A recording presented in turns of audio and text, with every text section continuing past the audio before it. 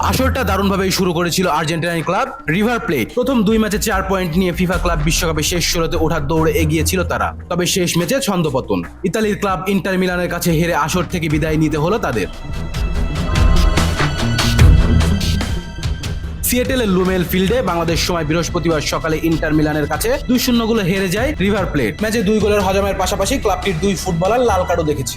ম্যাচের পুরোটা সময় দাপট দেখিয়েছেন ইটালিয়ার ক্লাবটি। প্রথম হাফে কোনো গোল না হলেও দ্বিতীয় হাফে 2 গোল করেন ইন্টার। ম্যাচের শেষের 10 মিনিটে ইন্টারের এক ফুটবলারকে ফাউল করে সরাসরি লাল কার্ড দেখেন রিভার প্লেটের ডিফেন্ডার লুকাস কোয়ার্ট। তার 6 মিনিট পরেই গোলের খাতা খুলেন ইন্টার। সুজিজের পাস থেকে জাল খুঁজে নেন এসপ্রোসিতো, আর নির্ধারিত সময়ের পর বাড়ানোর সময় ইন্টারের জয় নিশ্চিত করেন পাস্তনি। এরপর ইন্টারের এক ফুটবলারের সঙ্গে হাতাহাতিতে জড়িয়ে ম্যাচের দ্বিতীয় হলুদ কার্ড দেখে মাঠ ছাড়েন রিভার প্লেটের আরেক ডিফেন্ডার গঞ্জালো মান্তিয়েল। এই এক হারের ফলে টুর্নামেন্ট থেকেই বিদায় নিল রিভার প্লেট, কারণ একই গ্রুপের আরেক ম্যাচে উরুগুয়ের রেড ক্রসকে 3-0 গোলে হারিয়েছেন Mexican club. Group runners up হয়ে শেষ 16তে জায়গা পান রামোসের দলটি। এদিকে গ্রুপ এফ এর ম্যাচে কোরিয়ান ক্লাব উলসকে 1-0 গোলে হারিয়ে গ্রুপ চ্যাম্পিয়ন হয়ে শেষ 16তে জায়গা করে নিয়েছেন জার্মান ক্লাব ব্রুসিয়া ডর্টমুন্ড।